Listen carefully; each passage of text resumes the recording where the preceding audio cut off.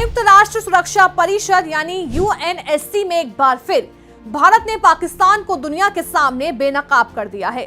भारत के खिलाफ जहर उगलने की कोशिश कर रहे पाकिस्तान को इस बार ऐसा जवाब मिला जिसने पूरी दुनिया के सामने उसकी दोहरी नीति उजागर कर दी।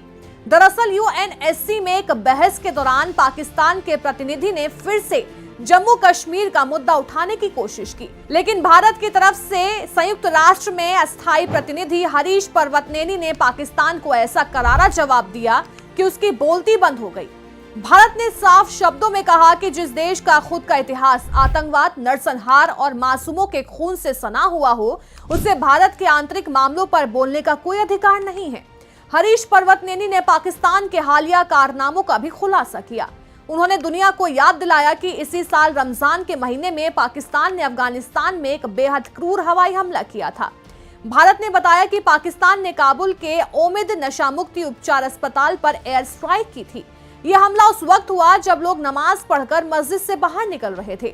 भारत ने कहा कि पाकिस्तान रात के अंधेरे में मासूम लोगों पर बम गिराता है और फिर अंतर्राष्ट्रीय कानून और मानव अधिकारों की बातें करता है। यही पाकिस्तान की असली सच्चाई है। भारत ने यह भी साफ कर दिया कि जम्मू कश्मीर भारत का आंतरिक मामला है और पाकिस्तान को बार बार अंतर्राष्ट्रीय मंचों पर इसे उठाने से कुछ हासिल नहीं होने वाला। अब भारत के इस जवाब की काफी चर्चा हो रही है कि भारत ने पाकिस्तान को उसी की भाषा में जवाब दिया है। लेकिन अब आपको बताते हैं कि कौन है हरीश पर्वतनेनी। हरीश पर्वतनेनी इस समय संयुक्त राष्ट्र में भारत के स्थायी प्रतिनिधि हैं।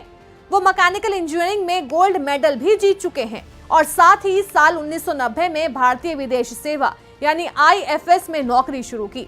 करियर की शुरुआत में ही अरबी भाषा सीखी और काहिरा के एक बड़े संस्थान में अच्छे नंबरों के साथ ही पढ़ाई पूरी की। अरबी भाषा की उनकी समझ ने उन्हें आगे चलकर मिडिल ईस्ट से जुड़े कामों में काफी मदद की। लेकिन अब आपको ये भी बताते हैं कि हरीश पर्वतनेनी ने किन किन मिशन पर काम किया है।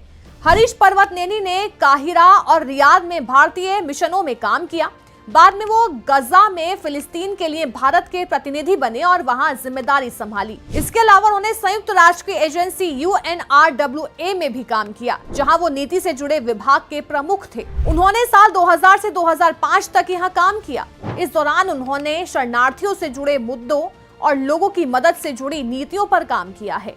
भारत सरकार में कौन कौन सी संभाली है जिम्मेदारी। भारत वापस आने के बाद उन्होंने विदेश मंत्रालय के अलग अलग विभागों में काम किया। इसमें ईस्ट एशिया और बाहरी जानकारी यानी पब्लिसिटी से जुड़े विभाग भी शामिल थे। साल 2007 से करीब 5 साल तक भारत के उपराष्ट्रपति के साथ संयुक्त सचिव और खास अधिकारी यानी ओएसडी के तौर पर काम करते रहे। इस दौरान उन्हें काम संभालने और प्रशासन का अच्छा एक्सपीरियंस मिला। हरीश पर्वतनेनी ने ह्यूस्टन में भारत के काउंसिल जनरल के तौर पर भी काम किया। वह अमेरिका के कई राज्यों के साथ भारत के रिश्ते मजबूत किए। फिर वियतनाम में भारत के राजदूत बने। उनके समय में दोनों देशों के संबंध और ज्यादा मजबूत हो गए और बड़ी साझेदारी बनी। बाद में उन्होंने विदेश मंत्रालय में आर्थिक मामलों के एडिशनल सेक्रेटरी के रूप में काम किया। इस दौरान उन्होंने भारत की आर्थिक नीतियों को आगे बढ़ाया और G20, G7, ब्रिक्स जैसे बड़े मंचों पर भारत का प्रतिनिधित्व किया। जर्मनी में राजदूत रहते हुए उन्होंने पर्यावरण और विकास से जुड़े कामों में अहम भूमिका निभाई और दोनों देशों के बीच सहयोग बढ़ाया। लेकिन अब एक बार फिर उनके नाम को लेकर चर्चा तेज हो रही है।